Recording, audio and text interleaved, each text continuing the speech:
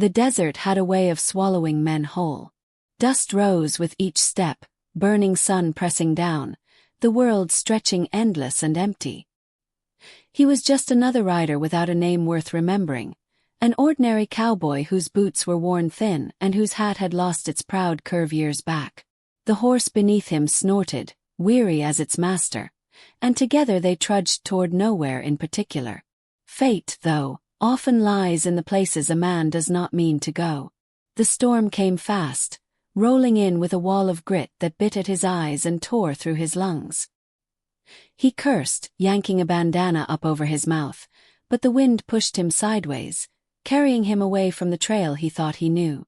The sky went dark with whirling dust, and for a time, he couldn't see his own hand stretched out in front of him. When the storm at last began to ease, silence returned sharp and heavy.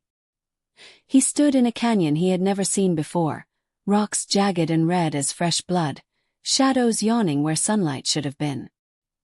He dismounted, patting the trembling horse, eyes catching something strange upon the canyon floor. The dust had not yet settled, but beneath it lay impressions, deep, wide marks pressed into stone itself. He knelt, placing his palm against one, and found his whole hand dwarfed, swallowed by the sheer size of the print. His chest tightened. No wagon wheels left marks like this. No beast of the plains walked so heavy. He rose slowly, scanning the cliffs, the stillness unnerving. Then came a sound, low and rhythmic, like drums beating from under the earth. He followed it, steps careful, hand hovering near his revolver. The path bent, and there, sitting upon a ledge with her back to the canyon wind, was a woman larger than reason allowed. Her hair flowed in black braids thick as ropes, her skin bronze and gleaming in the fading light, and her eyes, when they opened, burned with the calm, steady glow of a campfire at night. She hummed a tune that carried ancient weight, notes rolling like thunder. The cowboy froze, breath caught in his throat. She was no tale whispered by campfire, no drunken boast from miners or hunters. She was real. His voice cracked before he could stop himself. "What happens if I touch you?" The sound echoed strange against the canyon walls. For a heartbeat he cursed himself for speaking at all. Yet she turned, and the corner of her mouth curved into a smile, soft, knowing, unsettling. It was not cruel, but neither was it safe. It was a smile of someone who understood far more than he did, who had watched men like him drift and vanish for longer than he could guess. The cowboy's thoughts scattered. He remembered being 12, standing over his brother's grave after a stray bullet took him in a saloon fight. He remembered swearing to his mother he'd find some meaning in this harsh land, only to lose her before he was old enough to keep the promise. He remembered years of drifting, jobs that lasted weeks, friends who didn't stay.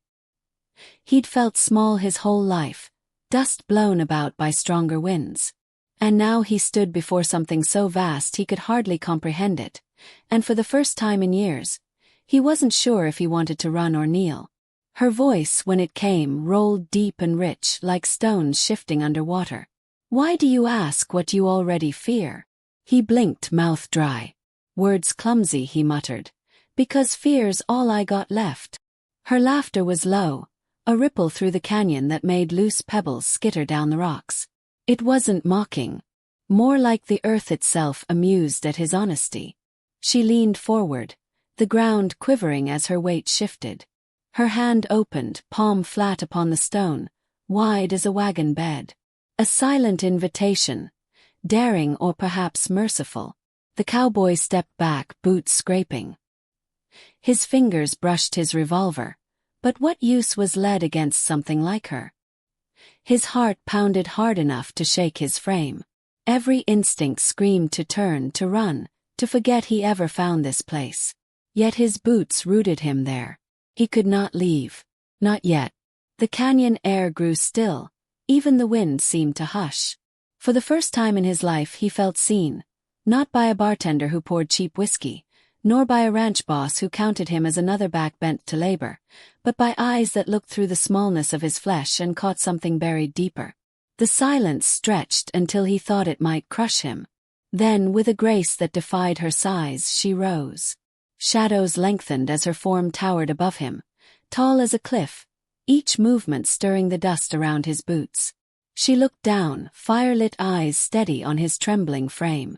That smile remained steady as dawn. It was no comfort. It was promise. Warning. Perhaps both. The cowboy's breath came fast, his chest tight, but he did not move. He could not. The world had drawn him to this moment, storm and all, and he sensed somehow that turning away would leave him hollow forever. Above, her fingers curled, then extended again. A gesture both patient and commanding. The narrator's voice, low, gravelly, as if carried on the canyon wind, cut in like a whisper against the silence. That smile weren't just kindness. It was a warning. And as the last light of sun burned red against the stone, the cowboy understood he stood on the edge of something far greater than fear. Something that could change him forever, if he dared take the step. He stood there, heart hammering, staring up at the vast figure who watched him with a patience that seemed older than stone. His mouth worked uselessly until words stumbled out, ragged and uncertain. "Reckon you'd need a mighty big horse to ride this land." It was a foolish thing to say, but the silence pressed so heavy he could think of nothing else. Her brow arched. Then a sound rumbled from her chest, low and rolling, a laugh like distant thunder. The canyon walls seemed to carry it back at him, mocking and kind at once. Relief rushed through him, absurd and shaky, and he laughed too, the sound quick and nervous. For a fleeting moment, fear eased. She tilted her head, studying him, and spoke with a voice that rolled steady as a river. "You jest when you tremble. Do you always hide yourself in words?" Question cut deep. He thought of all the nights in saloons, cracking dry jokes to hide the hollowness inside, laughing with men who never remembered his name. He shrugged, forcing a grin. "Words are cheaper than bullets, ma'am. Easier to reload, too." Her lips curved faintly again, though not quite a smile this time. "And yet, both can wound." The wind shifted through the canyon, carrying with it the sharp tang of sagebrush and dust. For a long while they stood in stillness, two strangers divided by more than height. At last she spoke again, quieter. "I am the last of my people. The spirits left me behind to walk this earth, too large to belong anywhere." He frowned, surprise catching him. "Last. You mean no kin, no tribe?" She nodded once, solemn. "They are gone, and I remain, a shadow of their sin." He felt something stir in him then, something beyond fear or awe. He knew the weight of being left behind. He thought of his brother, his mother, all the years since. His voice softened. "I ain't much better. Just a man no one's waiting on. Might as well be the last of my kind, too." Her gaze sharpened, searching his face, as if weighing his truth. "Then perhaps you understand more than most." Before he could answer, the silence fractured. Hooves echoed off stone, harsh and fast. The cowboy stiffened, instincts firing. He crouched low, eyes narrowing as a group of riders spilled into the canyon's mouth, rifles glinting. Bandits. He knew them, faces he'd hoped never to see again. Men who claimed he owed them silver from a crooked card game, men who swore they'd carve the debt from his hide. One shouted, voice sharp as a whip. "There he is." The runt thought he could hide. Gunfire cracked, bullets sparking off the rocks. The horse bolted, reins trailing. The cowboy dove for cover behind a jagged boulder, dust stinging his eyes. His hand snapped to his revolver, firing back, each shot quick and desperate. The canyon exploded with chaos. Shouts, hoofbeats, ricochets. Then the ground shook. The Apache woman rose, towering over the fray. The bandits froze, eyes wide, horses rearing. Before fear could root them, she bent, grasping a boulder the size of a wagon and hurling it across the canyon. It slammed into the dust at their feet, scattering men and beasts alike.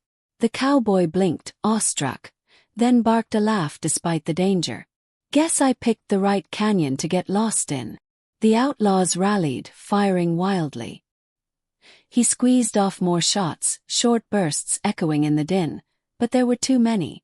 One loosed an arrow from a crude bow, the shaft slicing through air and striking her shoulder.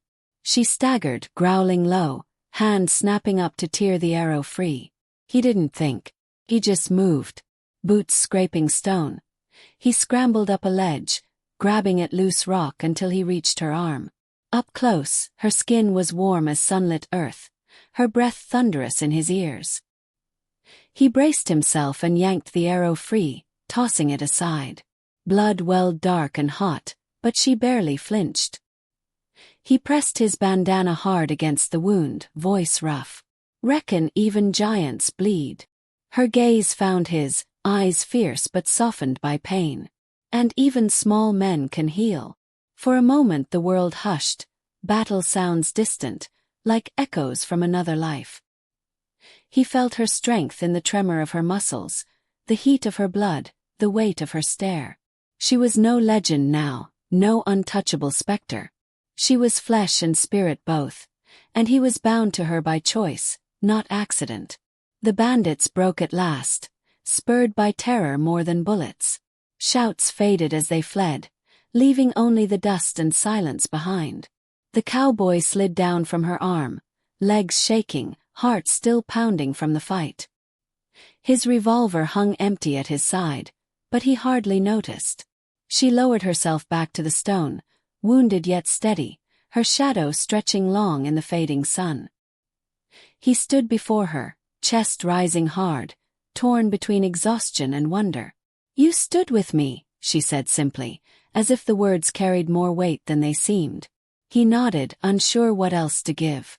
"Couldn't just let you fight alone." A faint smile ghosted across her lips, fragile as dawn.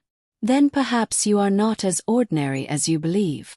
The cowboy swallowed, throat dry. For the first time in a long while, he had no quip, no joke to throw like a shield. Instead, he felt the stirring of something he hadn't known in years. Purpose, fragile but real. The canyon settled into quiet, only the whistle of wind weaving through the rocks.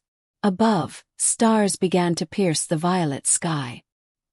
He knew the night was far from finished, and neither was their story. But for now, with blood drying on his hands and her steady gaze upon him, he sensed that the trail ahead would not be walked alone.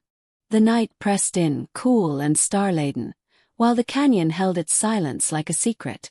The cowboy sat near a small fire he had coaxed from dry brush, its flames licking upward with a fragile persistence. Across from him, the giant woman rested with her back against the cliff wall, her injured shoulder wrapped clumsily in the bandana he had tied. The glow painted her skin in shifting light, a portrait equal parts beauty and sorrow. For a while neither spoke. He poked at the fire, trying to steady his thoughts. What he had seen in her, strength enough to shatter stone, pain enough to fill the desert, gnawed at him. At last, he cleared his throat. "You never told me your name." She studied him, eyes reflecting firelight, then answered with a weight that made him straighten. "Koana." The syllables lingered in the air like a chant. "It means swift." He repeated it softly, tasting it. "Koana." His lips curved in a small grin. "Fitting enough, though I reckon you're a mite more than swift." Her gaze did not waver. "Names carry truth, even when men forget." "Yours." "Samuel," he said after a pause, though the word felt foreign on his tongue. He rarely offered it anymore. Men on the trail called him Sam or just cowboy or sometimes nothing at all. But here, under her eyes, he spoke it whole, as if reclaiming something left behind. She nodded, then turned her face toward the stars, as if measuring time by constellations. "The spirits marked me long before I bore that name. My people strayed from the covenant of the earth. They took more than was given, gave back nothing, and the land answered in fury. I was chosen, made large, cursed to carry their shame. To walk and wander, never small enough to belong, never human enough to be held." Samuel listened, leaning forward, heat from the fire warming his weathered hands. Her words struck him harder than bullets.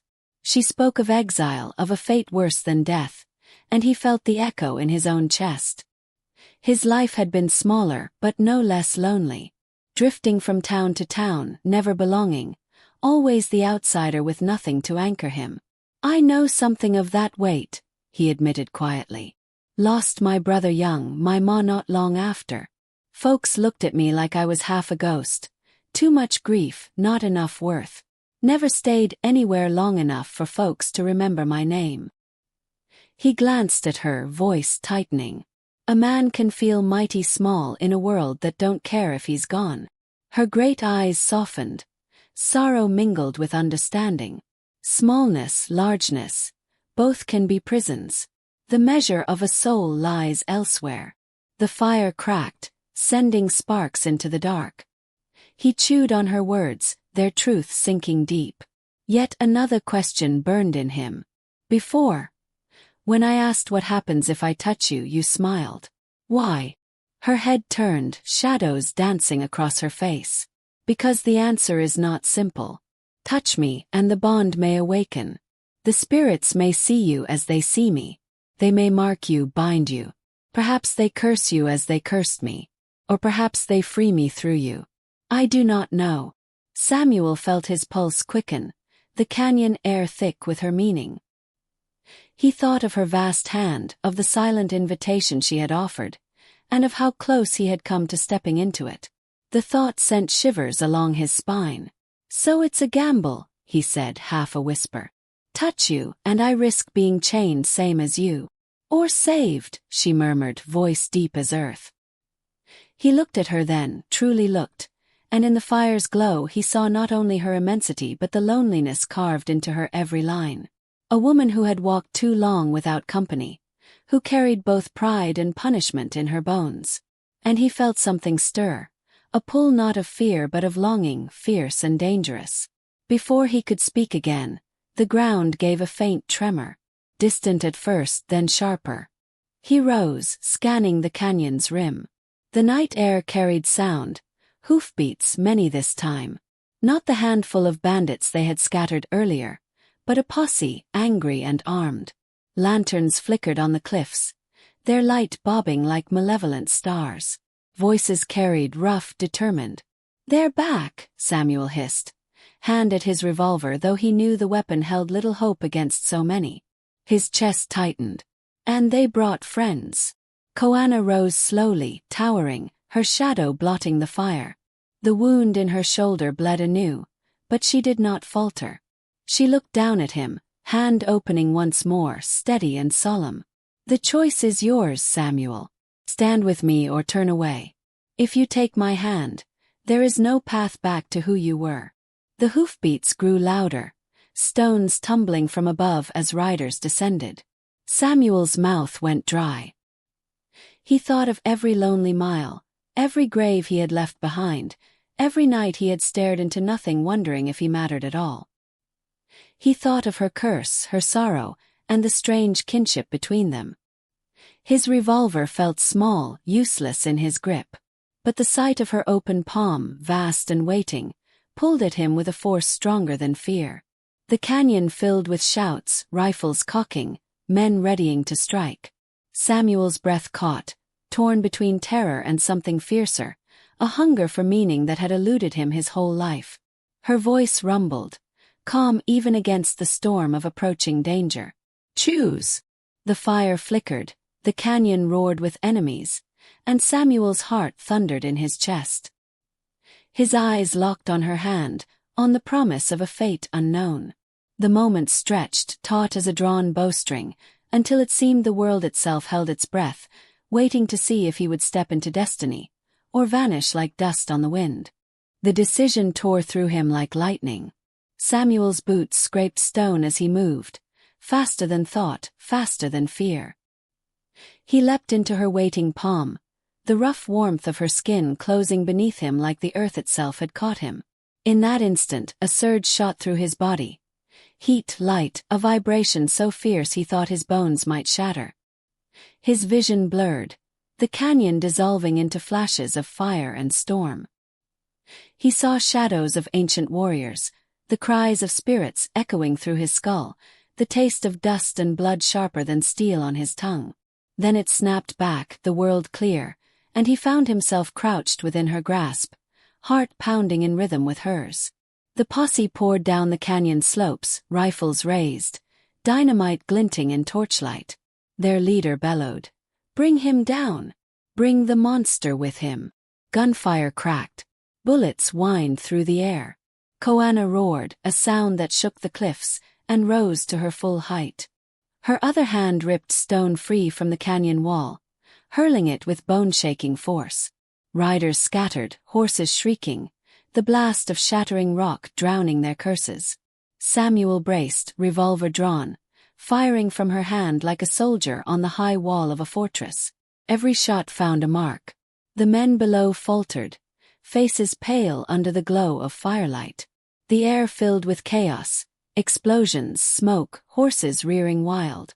Koana moved with impossible grace for her size, sweeping the canyon floor, scattering foes like tumbleweeds before a storm. Yet her wound slowed her, every motion costing blood. Samuel saw it, saw the tremor in her arm, and his throat clenched. A thunderous crack split the night. The bandits lit dynamite, hurling it toward the ledge beneath her feet.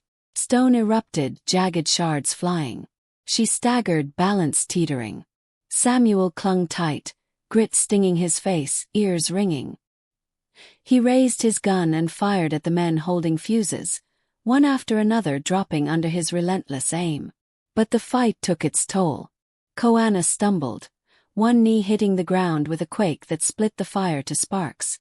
Samuel scrambled higher up her wrist, shouting through the din, "Stay with me. You hear? Stay with me." Her eyes met his, glowing fierce, though pain rippled through her body like cracks in stone. "This is what the spirits wanted. To see if I would find another.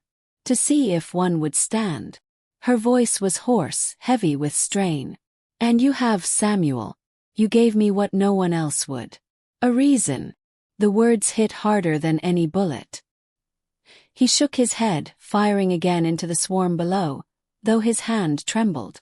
"Don't talk like that. You're not done. Not while I'm here." But then the storm came. Black clouds churned overhead, lightning ripping across the sky, spirits swirling in a fury of wind and fire. Their voices howled through the canyon, a language older than words, their judgment descending. Samuel felt the air crackle against his skin, felt their power press upon him, demanding. He knew then that this battle was more than bullets and blood. It was a trial. Koana gasped, her form glowing with burning spirit marks, patterns of flame crawling along her arms and chest.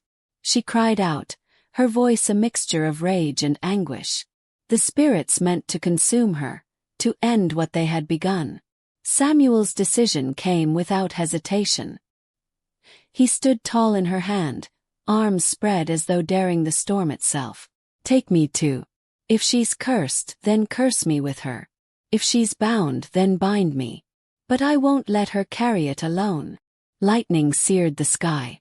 For a moment, silence swallowed the canyon. The spirits paused, their fury bending into something slower, heavier. A voice like rolling thunder filled the space between heartbeats. "You would share the burden of giants." "I would," Samuel roared back, voice breaking yet strong. "Because she ain't just a curse. She's life. She's strength. And she deserves more than exile." The storm answered. Light poured down, searing white, engulfing them both. Samuel cried out as power surged through him, tearing at his flesh, remaking him from marrow outward. He felt himself stretched, broken, reforged. His fear burned away like dry brush and fire. For a heartbeat he thought he would die, vanish into the endless dark. Then the light faded. The canyon lay hushed, the posse fled in terror, their shouts vanishing into the distance. Smoke drifted on the still air. Samuel opened his eyes. Koana stood before him, no longer towering like a mountain, but still tall, still strong, her form reduced yet radiant. The spirit marks glowed faint upon her skin, fading like embers. He looked at his hands. They were the same yet not.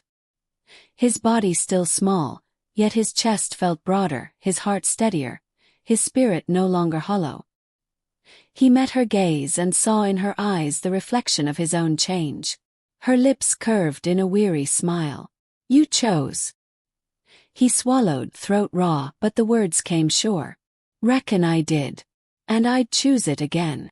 She reached for him, hand still vast enough to engulf his, but no longer impossibly so. Their fingers touched firm, certain. The warmth between them carried not curse, but bond.